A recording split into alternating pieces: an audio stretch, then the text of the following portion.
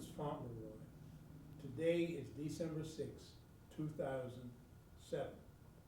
I am interviewing Dr. Germaine Stewart Fauntleroy.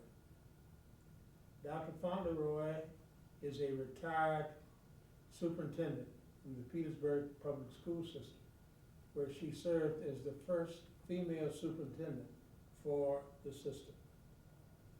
Dr. Fauntleroy, we will be focusing on Petersburg, Virginia today in reference to the civil rights era or civil rights struggle during basically the 1960s.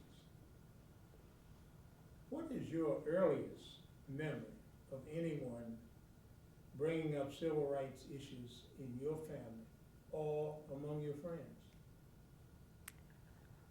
As far as I can remember, it was during the time that I was a student at Virginia State University. I had been selected to go to Washington, D.C. with other students. I did not know at that time that I was the only female who would be going. However, it ended with me being the only female and the only black female with a group of about 70 students. There were a few black guys and the rest of the students were white. It was there that I found out that I could not go into certain restaurants, etc. But that was in the nation's capital in 1952.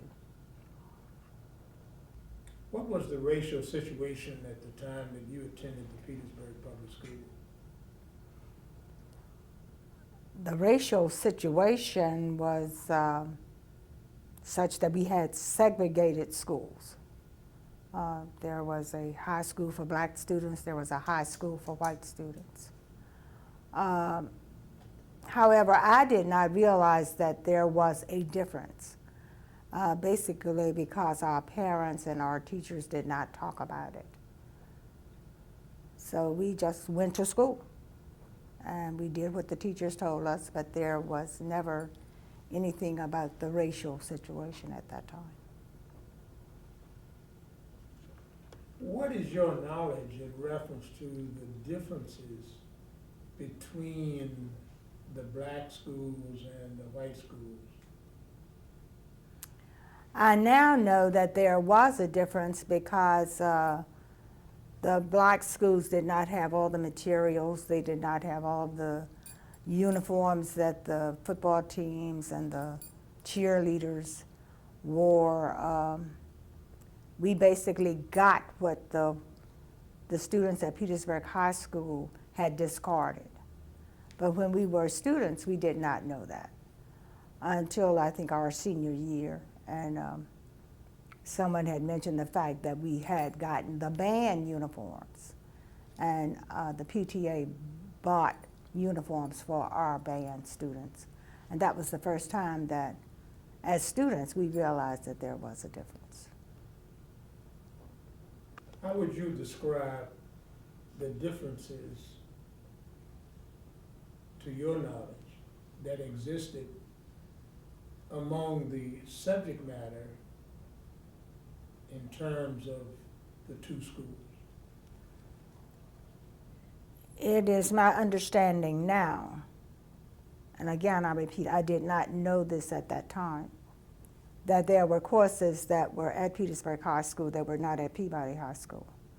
The rigorous courses, we did not have a course in calculus.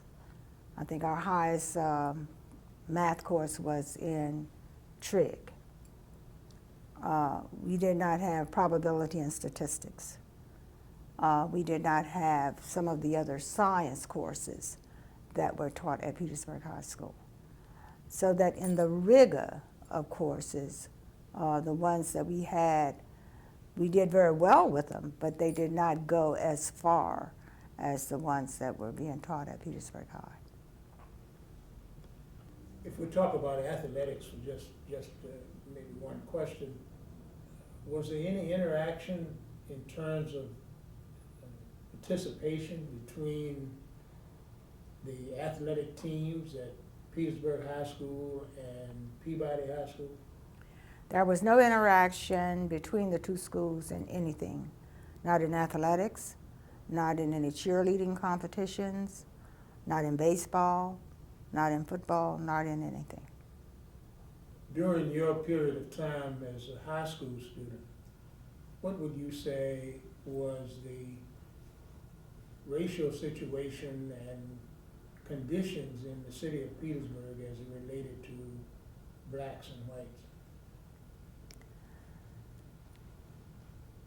Again, because of the fact that it was not talked about, because our parents did not talk about it, because our teachers did not talk about it, as students, we did not realize there was a difference.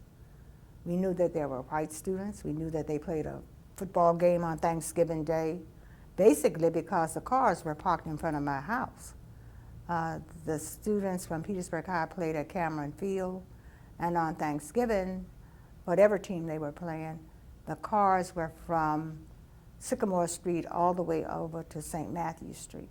And so there were many cars who were parked on that street. The basketball team, we played at the rec on Harding Street. We did not know that there was a gym at Petersburg High because we had never been there. We just didn't think about it.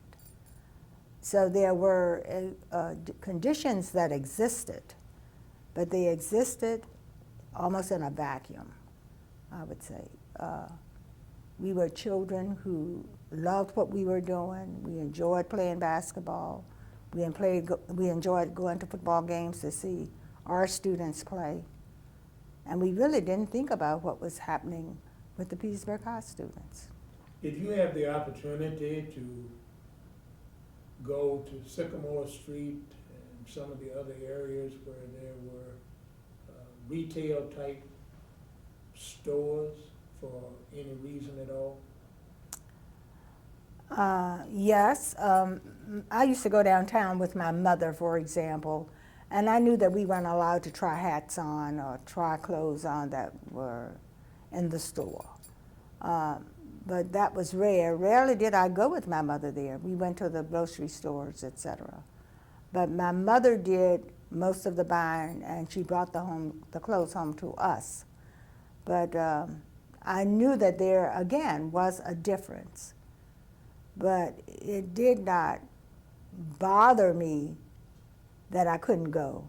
Nobody made that distinction as far as I was concerned.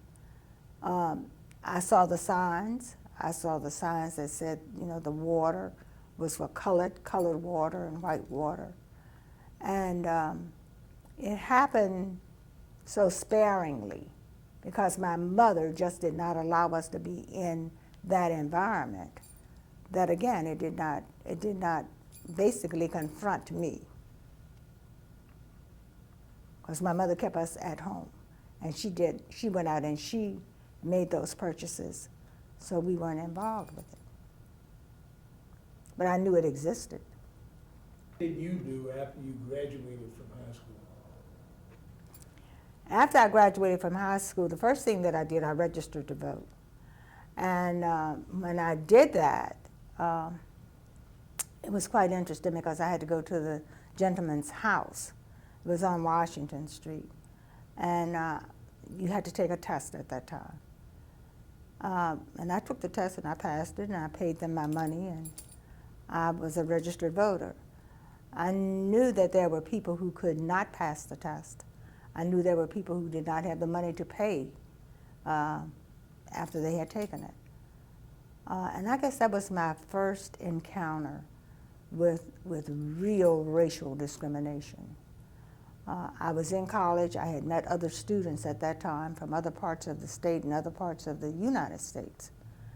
And a different kind of world was opening up to me. So yes, I realized it at that point. After you attended Virginia State, after you graduated, what did you do at that time? When I finished Virginia State, I started working at a school where one of my professors had told me definitely not to work. I had gone with this particular professor with some other English majors to a city in the eastern part of the state to judge a competition, an English competition. The students had to write. And in going to that particular school, this professor had told us not to ever teach in that particular county. And by the time that I graduated, I really had forgotten that he had told us that. And when I finished school, I started teaching in that county. And I guess that was when it hit me full force, because the superintendent in that particular county would come to the front of the school each morning, blow his horn, and the principal would go out and take the morning reports. But the superintendent would not set foot on the grounds where the black students attended. Well, by that time, I was, I guess, very much disturbed, if you will. I just felt that it was very wrong for the principal to do it. I felt that he wasn't a man, that he should have made it known that the superintendent could come in the building and could take the reports, or come in the building and at least see what the children were doing and see how they were reacting to the situation. But it did not happen. How long did you work in that particular situation? Only 1 year.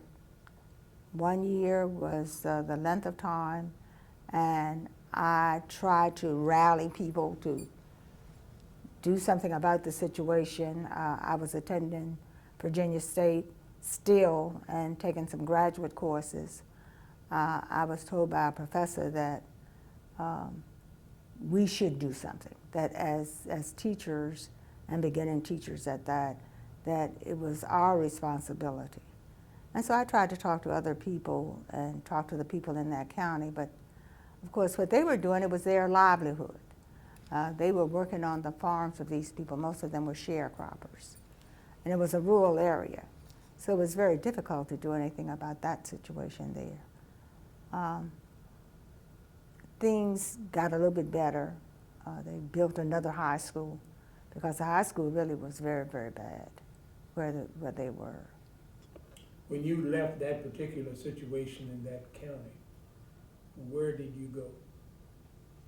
I came to Petersburg, and I was teaching a 4th grade class. And I had to teach a 4th grade class. That was the only way I could get a job in Petersburg. I had to teach a 4th grade class because my husband was teaching in the high school. I was a straight English major with French and history as minors, but it was almost impossible for husband and wife to work in the same school. So I went to Henry Williams and taught 4th grade. Teaching in Petersburg at that time? Yes, I was.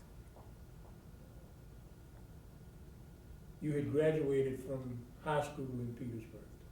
I graduated from high school, elementary, and what we called then junior high in Petersburg. I had never been outside of the city of Petersburg to attend school. And now you've returned to Petersburg, and you're working in the public school system in Petersburg. Yes, as a teacher. What were the conditions as you saw them at that time? First of all, was the system still segregated at that time? When I started teaching, the system was still segregated. And we were getting the books, for example, that the kids had used at the white schools. Things were basically the same as when I was a student, when I returned to teach. View, if you will, the conditions in the city of Petersburg at that time when you returned to teach.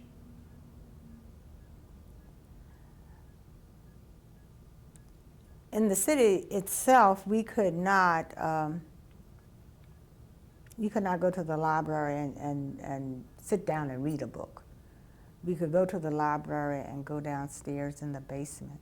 That's where blacks were supposed to go to get their books. So most of us went to Virginia State when we wanted to get research materials, etc., because we could not use the library in Petersburg. We could not go to bus stations and train stations or any means of transportation. They were segregated. In the city itself, it was more integrated really then than it is now, because you had whites living on one side of many streets and blacks living on the other side. And that was in most communities. Did you ever think that it would be necessary to get involved in any of the activities that were taking place or about to take place as far as the civil rights struggle was concerned at that time? Well, by the time that I had finished college, I also had two children. I had 2 girls. So I was determined that they would have a better life than I had had. And I wanted them to go to an integrated school system. And so I got involved really with trying to integrate the schools in Petersburg because of my 2 girls. Play in trying to cause that to happen? Well, I worked with some lawyers, and I went around to different homes, people we thought would be willing to try to register their children in the predominantly white schools. We got a list of them, and we petitioned the courts to let the children attend Bowling Junior High School. It was not an easy task, and I didn't do it by myself. I was with a group of people because there were some others at that time also who had just gotten tired of seeing conditions the way that they were. And so we determined to send the children to an integrated school system. It did not work the first time. And then we got some different lawyers, and we were able to do that. Did your daughter attend Bowling Junior High School? No, the city closed that particular school down. It was never used as a school after we petitioned to integrate it. It was used as a social services building, and it is now a high-rise for the elderly. So they never did attend that school. But then it was a perfectly good school, and it was a great school, a great building. But no, they never did attend that one. But they did attend the Petersburg High School, they attended Jackson Elementary School, and they attended Walnut Hill School. Were there other conditions in the city of Petersburg that the citizens, or at least some of the citizens in Petersburg, began to address? Well, you had another situation that I think helped to bring this to sort of a confrontational point of addressing some issues. There were many of the young men who were coming back to Petersburg from the war. They had fought for their country, and they were coming back to conditions that were the same as when they left, because of the fact that they had been out, they had seen how other people lived, they had been to other parts of the United States where schools were integrated, where people lived together, and they lived well. There were many of them who had been to Europe, they had married, especially the German women, they were coming back. And so you had integrated families. And these people wanted a decent place to live. They wanted to come back home to their own city to live. Because of these conditions, there were many people now involved in trying to get some things changed that had not been for the time before. Believed that it was necessary to be involved in causing that to happen? Yes, I did. I got involved when the minister of the church where my family attended. I did not attend that particular church. I attended a different church, but my husband and my daughters belonged to Gilfield. There was a Reverend Walker who was the pastor there, and he and his wife and children had attempted to use the library in Petersburg, and they were arrested. And from that point on, I was very much involved with the struggle, if you will.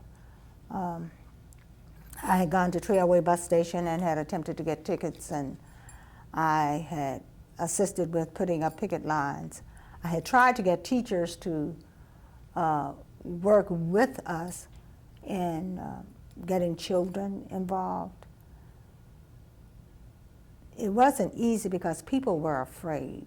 They were afraid they would lose their jobs, and they were afraid that many of them would be hurt. You still had the organizations such as the KKK in this area, and you had people who were dependent on the livelihood of working in places where these folk were. So people were afraid, and it wasn't an easy task. But I made telephone calls to just about all the teachers, and we had their word that they would be on the picket line to open stores, to go to the library, to try to get into some of the hotels and motels. But they didn't come forward as readily as you would have expected them to. As a result of Reverend Walker's involvement in being a minister in the city, did other churches become involved in the struggle? The pastor at Zion Baptist Church, and that was the church that is the church where I attend, Reverend Williams was involved. Reverend Reed at First Baptist was involved. Most of the churches in the area did become involved. And that is no longer the case. I mean, when we look at the way that it is today, the churches are not involved as much as they were at that time. But the churches were very much involved in the struggle and trying to get people to have their equal rights. What is your memory in reference to how Virginia State College at that time, now Virginia State University, was involved, particularly maybe through their students? There was a gentleman by the name of David Gunner. He worked in the dining hall. He was one of the supervisors there. He worked very closely with the students at Virginia State. He also had a business in Petersburg. He had a restaurant called the Golden Horseshoe. But he worked and tried to get students to come to Petersburg to help with voter registration, with picketing, and they held meetings. Eventually SNCC came in, and we had people who came in from Atlanta. Reverend Walker then became involved with Reverend Martin Luther King. We had those individuals here in this city. And it was a time when people were really then very much involved. So Virginia State was involved, not necessarily through the efforts of their top administrators, because Reverend Walker was barred from being on campus. But some of the other people did assist the students and participated themselves. There weren't many, but there were some. And Martin Luther King, when he came in, gave two of his speeches, one in the football field and one at Jones Hall.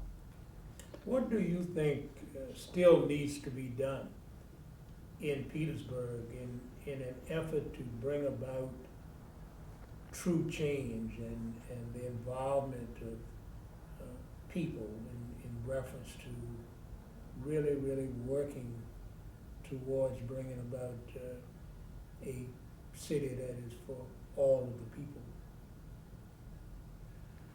Well, things have gotten better. I think part of it was because the children went to school together, and for a while before we had one incident that happened after integration that really helped to cause the school system to be divided. I think many of the white parents and black parents too took their kids out of the public schools in Petersburg. But I think during that period, when young people get together, they don't really care that much about race. There were kids who were living in the city, and even though the schools were separated, they still played together. They played basketball, played football, and did things together. After the integration piece, there were many types of conferences that helped to make people aware of human and civil rights. Within the school system, staffs had to go to these conferences. They were away from the school setting. Children had organizations that they belonged where that was emphasized, the fact that you had to be humane to each other. So I think through those efforts, things became better. Today, I think that when you look back on that period, we probably could have done much more. But in a way, it may have been a good thing, because people have to change themselves. I don't think there is any type of organization or conference that you can go to that will change your mind. I think it is only through interaction with another individual that people become aware of the strengths, weaknesses, the likes and dislikes of those people. Some people will find that they are just like their own, and others will find that they aren't and don't want to be bothered. And that's all a part of life. But at least they get that opportunity now. Before, the opportunity wasn't there. So in that way, I think that the city has grown. I don't see people fighting anymore like they were at that point. We had riots where the students actually marched on the mall because they could not use it, then they were going to tear it up. And when things are like that, nobody really benefits. And we don't have that kind of situation now. There's still, of course, some racial tension. There still may be racial turmoil in some instances. And it may not be as evident as it was at that time. It may not be as overt as it was at that time, but it's there in some instances.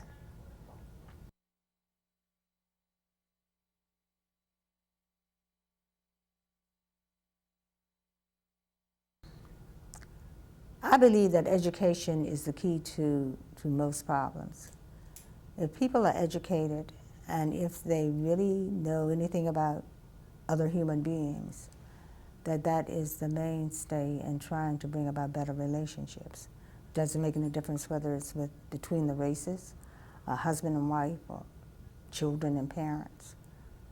Because you find many families in turmoil now just because they don't understand each other.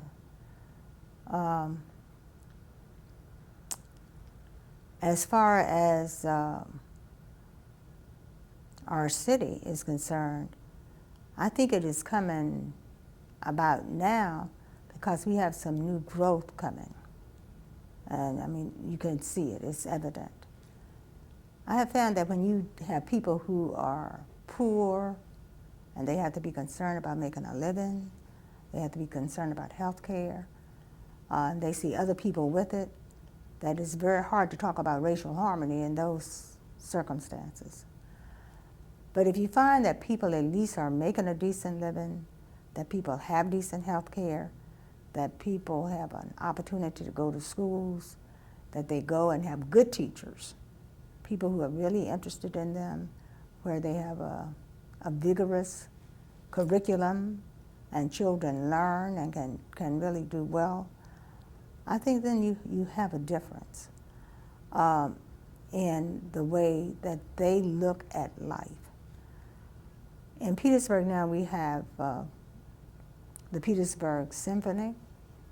We have the arts that put on their productions every second Friday. We had the Petersburg Forum, even though that has now gone out of existence. But these are opportunities for people to see the better side of human beings.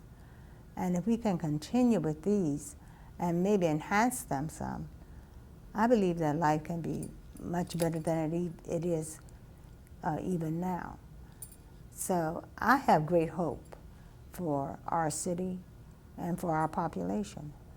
I guess maybe I've lived long enough now that it doesn't matter to me so much about what people think or feel as to, whether I'm a black person or whether I'm a female, because I found myself in those situations for all of my life.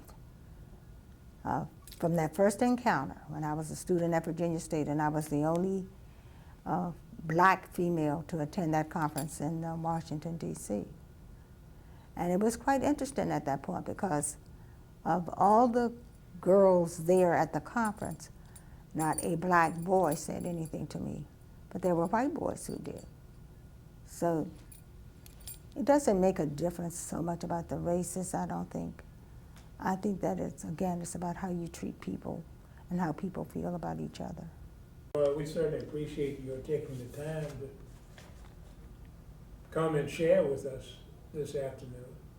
And we appreciate your discussions and thoughts that you have shared. So again, thank you very much. I would like to add one thing. Yeah. There is a school in another state where the children are very, very bright. It's a residential school. And their basic curriculum has to do with math and science. Students who finish there or who attend and take the SATs score higher than the students at the University of North Carolina and at Duke. If we had schools like that all over the United States, I believe that we would have a fantastic world. I think that education, again, is going to be the key. Thank you very much. Do a nice job. Very nice. Cutting. And I want to know, like,